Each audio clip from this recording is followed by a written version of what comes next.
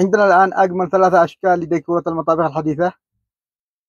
هنا مطبخ ألمنيوم صاج بيك بشكل جميل جدا، رخام صناعي.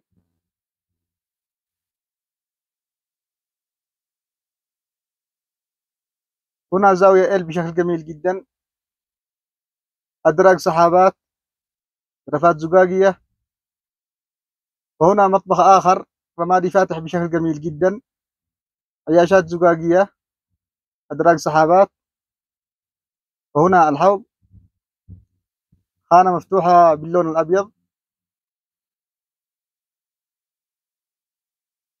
وهنا الطباخة مع مكان للشفاط. هنا مطبخ آخر صاج أزرق بشكل جميل جدا، رخام صناعي، رفوف جدارية. وهنا الغسالة.